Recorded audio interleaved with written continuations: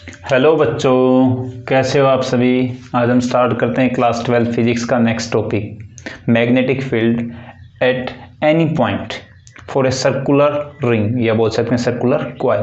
हमने last video के अंदर किया था magnetic field at the centre. हमने सेंटर के ऊपर मैग्नेटिक फील्ड निकाल लिया था करंट कैरिंग कॉइल के लिए।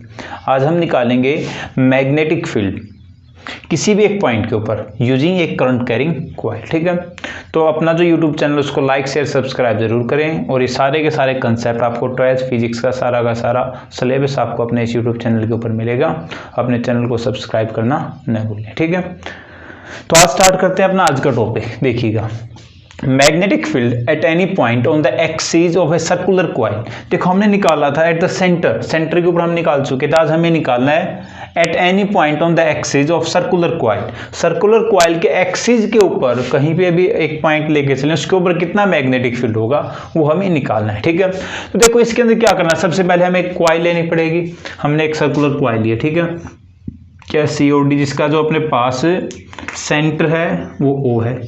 कंसिडरेशन के अंदर लिखेंगे कंसीडर ए रेक्टेंगुलर, या लिखो consider a circular coil with centre O with radius A। Centre तो क्या है, O है, रेडियस क्या है, A। इसके साथ हमने एक सर्कुलर रिंग ली है, उसके किसी एक पॉइंट P के ऊपर हमें मैग्नेटिक फील्ड निकालना है। ठीक है, ये जो डायग्राम दिख रहा है ना फिगर, इसको समझो। ये समझ में आ गया तो जो भी आपको सोल्व करना आगे, इसका जो रिजल्ट निकालना बहुत आसान रहेगा। ठीक है, इसको समझना जरूरी। तो कंसिडरेशन के अंदर लिखना पहले तो क्या, हमने एक रिंग ली है, इसका सेंटर O है, रेडियस A है। ठीक है, करंट उसके थ्रू I पास हो रहा है, जैसा कि इस फिगर के अंदर रिप्रेजेंट किया गया है। इस डायरेक्शन के अंदर जो करंट है वो इस कॉइल से पास हो रहा है, फ्लो कर रहा है। ठीक है, हमने कोई पॉइंट P ले लिया, कहाँ पे, एक्सिस के ऊपर। ठीक है, यहाँ पे क्या पॉइंट P, उसके ऊपर हमें मैग्नेटिक फील्ड निकालना। ठीक है, तो इसके लिए देखो हमें इन लाइंस को ज्वाइन करना पड़ेगी। तो क्या अब सेंटर से यहाँ तक ज्वाइन करा दी, ठीक है, या एक्सिस से बोल सकते हैं। यहाँ पे क्या अपने पास एक लेंथ एलिमेंट, हमने नीचे लिया है। ठीक है, यहाँ पे पॉइंट P के ऊपर निकालना। तो इस डायग्राम को देखते हैं। यहाँ से अपने पास X है, यहाँ पे जो एंगल बना D, जो अपने पास हम लेंथ एलिमेंट लेके चले हैं, उसके लिए भी एंगल फाई है, और जो अपने पास C है उसके लिए भी एंगल क्या है, फाई है। यहाँ पे भी क्या है, DL है, यहाँ पे भी क्या है, DL। तो हमें दो टाइप का मैग्नेटिक फील्ड मिलेगा। एक बार तो मान लीजिए जो C की वजह से है, एक बार क्या D की वजह से। हम बायोट-सावर्ट्स लॉ को यूज करते हुए निकालते हैं ना, DB।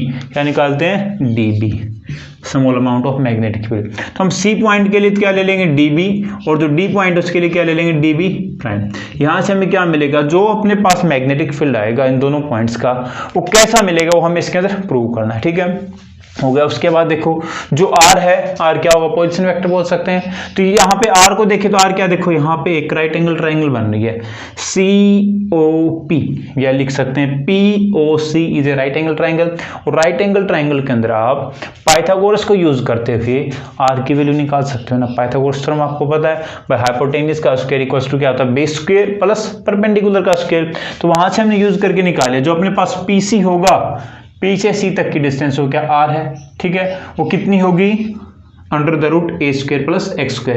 जितनी ये है उतनी तो अपने पास ये मिलेगी, क्योंकि जैसे अपने पास ये C है, C का जस्ट अपोजिट हमने एक पार्ट लिया इस सर्कल का या इस रिंग का। ठीक है, C का अपोजिट क्या होगा, D। जैसे यहाँ पे कोई एलिमेंट लेके चलते छोटा सा, उसका अपोजिट इधर मिल जाता। ठीक है, यहाँ पे जो अपने को मिला R कितना, √A², लिख सकते हैं इधर A² प्लस x²। ठीक है, ये सारी टर्म्स मिल गई।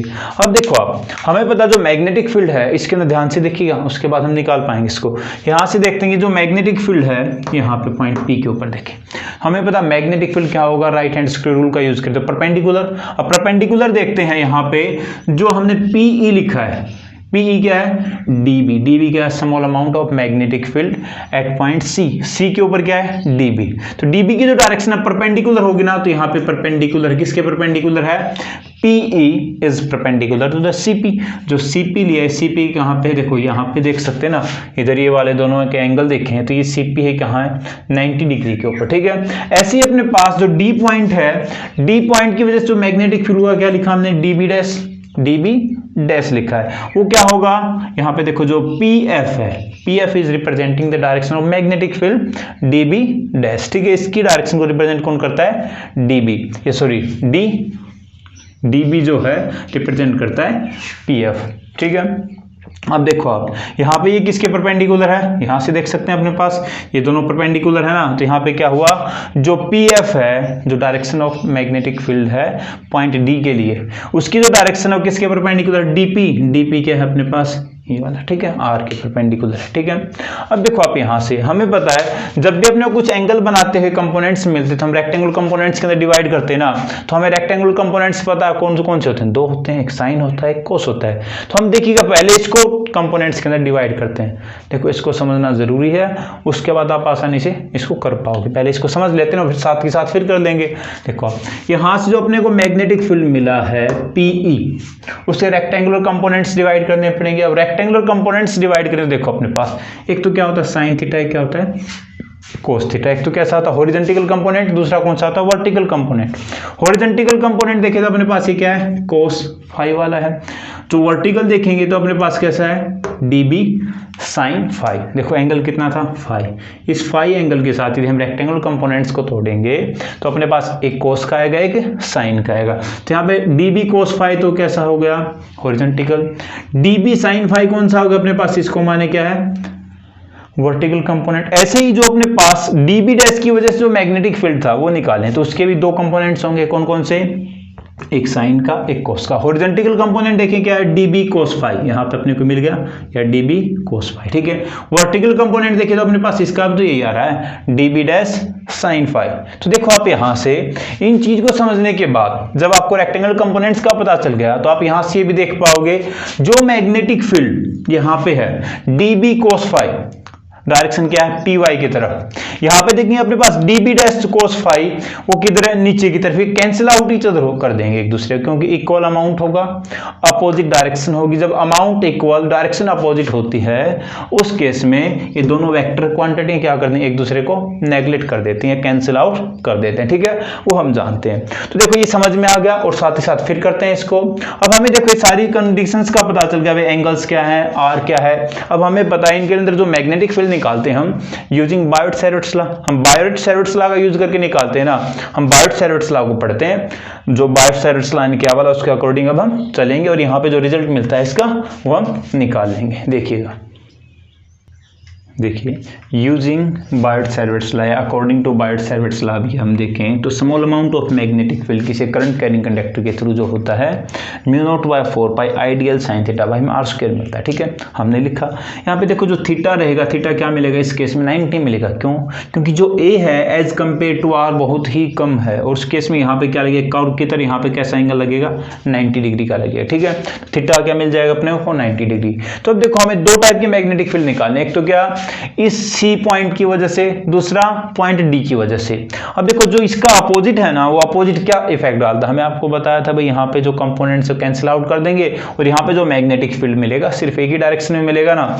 चलो देखते हैं, जो मैग्नेटिक फील्ड पॉइंट C की वजह से होगा या C के ऊपर होगा, देख सकते हैं C की वजह से जो DB है हमें पता है, जो C की वजह से कौन सा है DB small amount of magnetic field, क्या मिलेगा μ0/4 पाई आइडियल साइन 90 हो जाएगा। साइन 90 की वैल्यू कितनी होती है 1, यहाँ पे लिख सकते हैं साइन 90 डिग्री क्या हो जाएगा 1, इसको लिखने को रहने देते हैं। नीचे क्या आएगा अपने पास r², क्या आएगा r², और r² की जगह हमने क्या यूज किया है √a² प्लस x²। इसको हम देखो क्या लिख सकते हैं √a² प्लस x²। इसका भी क्या करना, हमें स्क्वायर करना। तो हमें पता स्क्वायर से स्क्वायर रूट कैंसिल हो जाएगा, तो यहाँ पे जो अपने को वैल्यू मिलेगी r² की वैल्यू को हम क्या लिख पाएंगे यहाँ से a² प्लस x², ठीक है। ये क्या हो गया magnetic field due two point C। इस C की वजह से इस P पॉइंट के ऊपर जो मैग्नेटिक फील्ड होगा वो हमें मिल गया μ0/4 पाई आइडियल a² डिवाइड में क्या a² प्लस x²। और देखो हम निकाल देते हैं DB डैश, क्या निकालें DB dash magnetic field at point P due two point D। इस D की वजह से यहाँ पे जो अपने पास मैग्नेटिक फील्ड होगा वो, तो देखते हैं अपने पास μ0/4 पाई आइडियल, आइडियल क्या है करंट एलिमेंट होता है, पता ना आपको, I इंटू में DL लिखेंगे क्या है करंट एलिमेंट है, ठीक है, करंट इंटू में जो अपने पास लेंथ लेके चलते हैं हम स्मॉल, उसके लिए क्या आ गया करंट एलिमेंट। तो डीबी डैश के लिए निकालेंगे तो क्या है अपने पास, यहाँ पे भी देखो आर है ना, वही तो अपने पास डीएल है, वही अपने पास आई करंट पास हो रहा है, तो यहाँ पे भी आर की वैल्यू क्या हो जाएगी, सिमिलर हमने निकाला था सेम आती है, क्या मिल जाएगी ए स्क्वायर प्लस एक्स स्क्वायर, ये भी क्या होगा अपने पास है डीबी डैश। अब देखो आप यहाँ से जो मैग्नेटिक फील्ड हमें सी पॉइंट की वजह से मिला है उतना ही मैग्नेटिक फील्ड हमें डी पॉइंट की वजह से भी मिला है। तो जो सी और डी का है तो हम यहाँ से क्या बोल सकते हैं, जो डीबी डैश है वो किसके बराबर होगा, डीबी के बराबर होगा ना। जो मैग्नेटिक फील्ड है एट पॉइंट या ड्यू टू सी और ड्यू टू डी वो दोनों इक्वल है, तो हम क्या लिख सकते हैं DB equals to DB prime या डीबी डैश बोल सकते हैं ना। अब देखो दोनों इक्वल हैं, इक्वल तो हमने यहाँ पे देखो क्या किया था, इनके जब कंपोनेंट्स डिवाइड किए थे तो हमें मिल रहा था भाई जो साइन या कोस वाला जो कंपोनेंट था वो दोनों के दोनों क्या करे थे, कैंसिल आउट ईच अदर करे थे। अब जो अपने को मिलता सिर्फ एक ही डायरेक्शन में मिलता है वो क्या है डीबी साइन फाई, और हमें पता है डीबी साइन फाई ले सकते हैं, डीबी डैश साइन फाई ले, दोनों क्या है इक्वल है। तो इन दोनों में से हम एक को लेके मैग्नेटिक फील्ड टोटल निकाल सकते हैं ना, और टोटल मैग्नेटिक फील्ड क्या देगा, इस कॉइल की वजह से जो मैग्नेटिक फील्ड होता है एक्सियल लाइन, एक्सियल लाइन के ऊपर कोई एक पॉइंट है, इस करंट कैरिंग कॉइल की वजह से इस एक्सियल लाइन के ऊपर जो कोई पॉइंट होगा उसके ऊपर कितना मैग्नेटिक फील्ड होगा टोटल, वो हम निकाल पाएंगे यूजिंग इंटीग्रेशन। यहां से देखिए अपने पास ये सारा का सारा, ये सारे की सारी वैल्यू डीबी किसके बराबर है, डीबी डैश के इक्वल है। तो हमारे पास जो नेट निकालेंगे तो नेट क्या मिल जाएगा, इंटीग्रेशन ऑफ डीबी डैश ले सकते हैं चाहे डीबी लिखो सेम चीज है, क्या आ जाएगा साइन फाई डी फाई, क्या हो जाएगा साइन फाई डी फाई। इसके साथ जब हम करेंगे magnetic field sorry sine phi का करेंगे तो अपने पास क्या आ जाएगा, इंटीग्रेशन करेंगे तो टोटल मैग्नेटिक फील्ड मिल जाएगा, क्योंकि डीबी की जगह हम डीबी डैश भी लिख सकते हैं, सेम क्वांटिटी है। तो चलो इसको करते हैं हम, उसके बाद हमें पता चलेगा भाई जो मैग्नेटिक फील्ड होता है इस कॉइल की वजह से किसी एक पॉइंट के ऊपर वो कितना होगा। अभी देखिएगा बी जो निकालेंगे टोटल मैग्नेटिक फील्ड क्या होगा, integration of DB sine phi, अपने को क्या देगा टोटल मैग्नेटिक फील्ड। तो निकालते हैं, देखो आप जो डीबी था डीबी की वैल्यू हमने निकाल ली, क्या था mu naught by 4 pi I D L A square plus x square की सब ब्रैकेट के अंदर किसकी जगह था, आर की जगह, किसको रिप्रेजेंट करता है आर को, ठीक है, इंटू में क्या साइन फाई। अब देखो यहाँ पे जो कांस्टेंट क्वांटिटी उनको हम बाहर कर देते हैं, तो क्या लिख सकते हैं, देखो यहाँ पे अपने को क्या मिलेगा, जो कांस्टेंट क्वांटिटी उनको बाहर निकालते हैं म्यू नॉट 4 पाई, करंट भी क्या है कांस्टेंट है, नीचे जो अपने पास ए स्क्वायर प्लस एक्स स्क्वायर ये भी क्या है कांस्टेंट है, साथ के साथ जो एंगल है साइन फाई वो भी क्या कांस्टेंट, बच क्या आ गया सिर्फ यहाँ पे डीएल, ये लेंथ चेंज करते हैं तो यहाँ पे क्या आ गया डीएल। हमें इंटीग्रेशन किसके अलोंग करना पड़ेगा, इस लेंथ के अलोंग, और हमें पता है एक लेंथ है, देखो डीएल का जब हम इंटीग्रेशन करेंगे क्योंकि ये सारी के सारी लेंथ है, एक रिंग है कैसी सर्कुलर रिंग है, और सर्कल का जब हम लेंथ निकालते हैं टोटल क्या आती है 2 पाई आर आती है ना, बट यहाँ पे आर की जगह क्या रेडियस, और रेडियस क्या अपने पास ए, तो अपने पास जो इंटीग्रेशन होगा डीएल का क्या मिल जाएगा 2 पाई ए, ठीक है। तो डीएल की वैल्यू पुट कर सकते हैं। अब देखो जो साइन फाई है, क्या है साइन फाई, इसकी वैल्यू निकालना चाहें तो साइन फाई देखो अपने पास ये वाला लगा देते हैं इस ट्राइंगल के अंदर, राइट एंगल ट्राइंगल है, साइन क्या था परपेंडिकुलर बाय हाइपोटेन्यूस।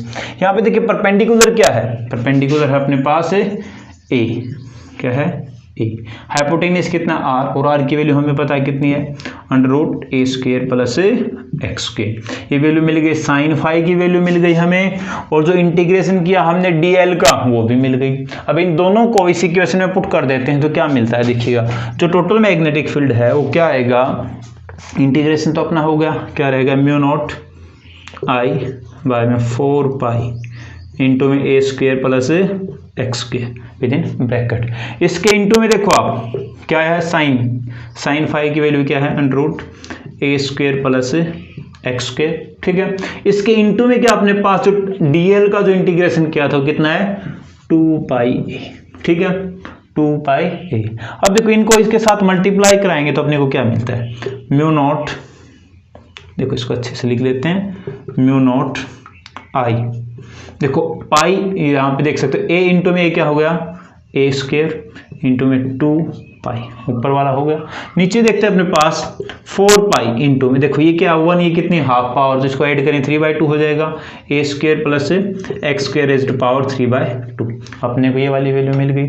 अब देखो आप यहाँ से ये वाला जो है म्यू नॉट आई बाय में 4 पाई इंटू में क्या ए स्क्वायर इंटू में 2 पाई नीचे कितना a square plus x square raised to power 3/2, 2। अब यहाँ से यदि हम रिजल्ट निकालेंगे टोटल मैग्नेटिक फील्ड, तो उसकी डायरेक्शन भी निकालनी होगी हमें, और या फिर इसके अंदर देखो ये तो होगा अपने पास टोटल एक टर्म की वजह से। किसकी वजह से? एक टर्म की वजह से। अब यदि अपने पास इसके अंदर बहुत सारी टर्म्स हों, नंबर ऑफ टर्म्स हों इस कॉइल के अंदर, तो देखिएगा मान लेते हैं अपने पास इसके अंदर n टर्न्स है। कितनी? n turns. तो हमें पता है इसको n से मल्टीप्लाई कराना पड़ेगा, क्योंकि जो मैग्नेटिक फील्ड होता है directly proportional to the number of turns in the coil. Coil के अंदर जितनी ज्यादा टर्न्स होंगी उतना ही ज्यादा मैग्नेटिक फील्ड होगा, डायरेक्टली प्रोपोर्शनल होता है।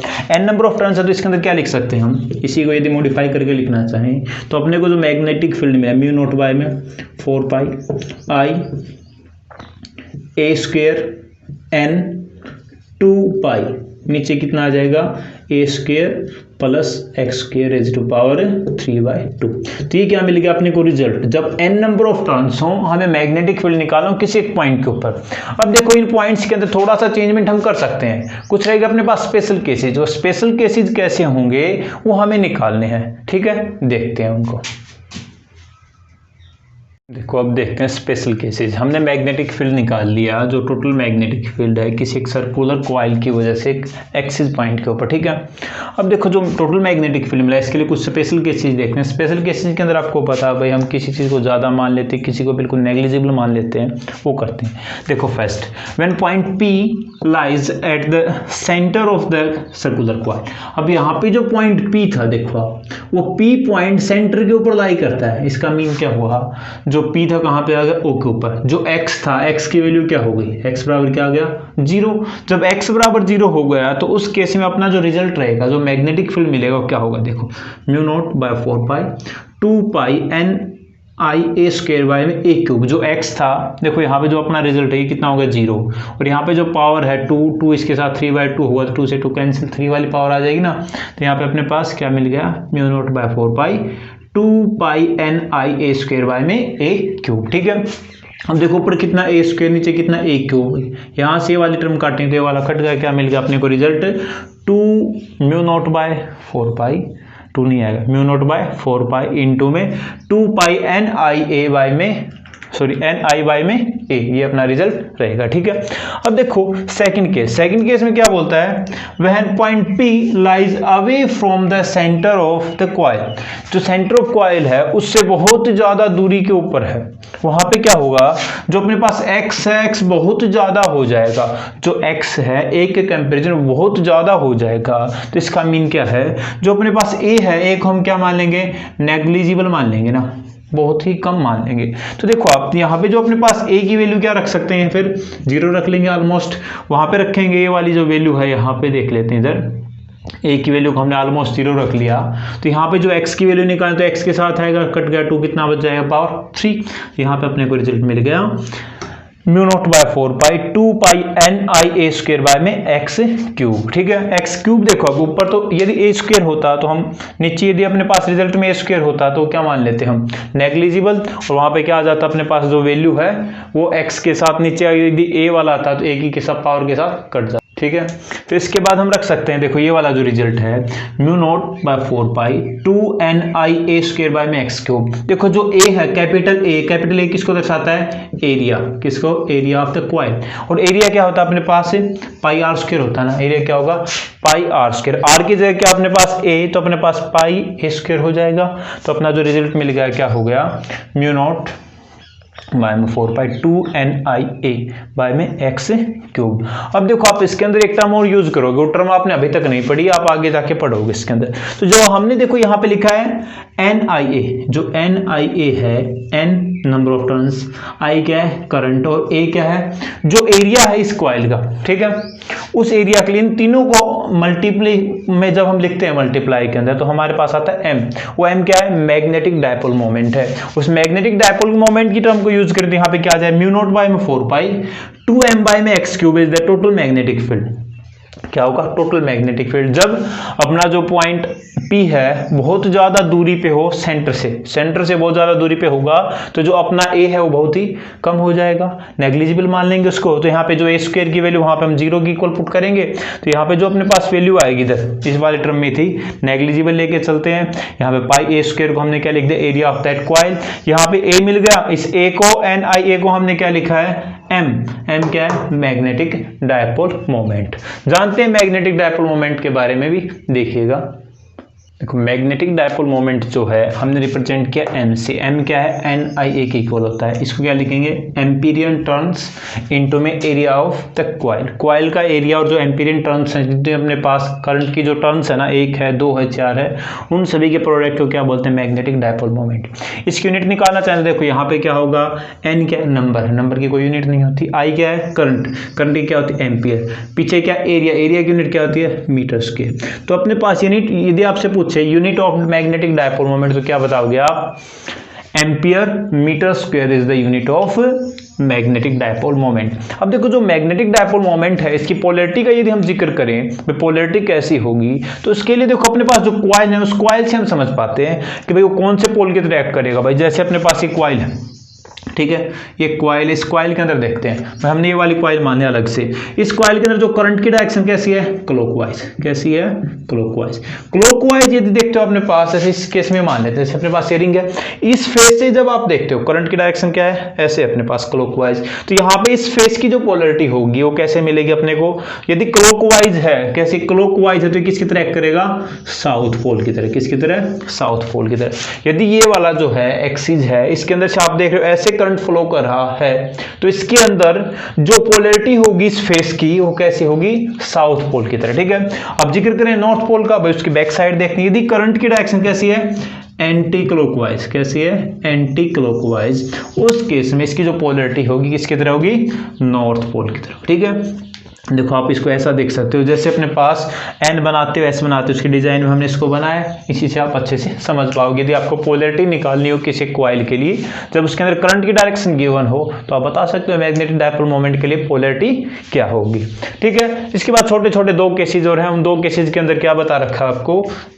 एक तो रहेगा इसके अंदर, जब आपका point P lies on the axis of the coil and distance equal to the radius. जब आपके पास थर्ड केस देखें, x बराबर क्या हो, a, क्या हो, x बराबर a हो, x बराबर a होगा, तो जो अपना रिजल्ट है यहाँ पे दोनों जगह a भी यूज कर सकते हैं या दोनों जगह x यूज कर सकते हैं, वहां से हम इसकी वैल्यू निकाल पाएंगे। आप आसानी से कर सकते हो इसको। ठीक है, अपना जो रिजल्ट है यहाँ पे x की जगह a रखो या फिर a की जगह x रखो, दोनों को सेम करना है। जब अपने पास a बराबर x होगा उस केस में।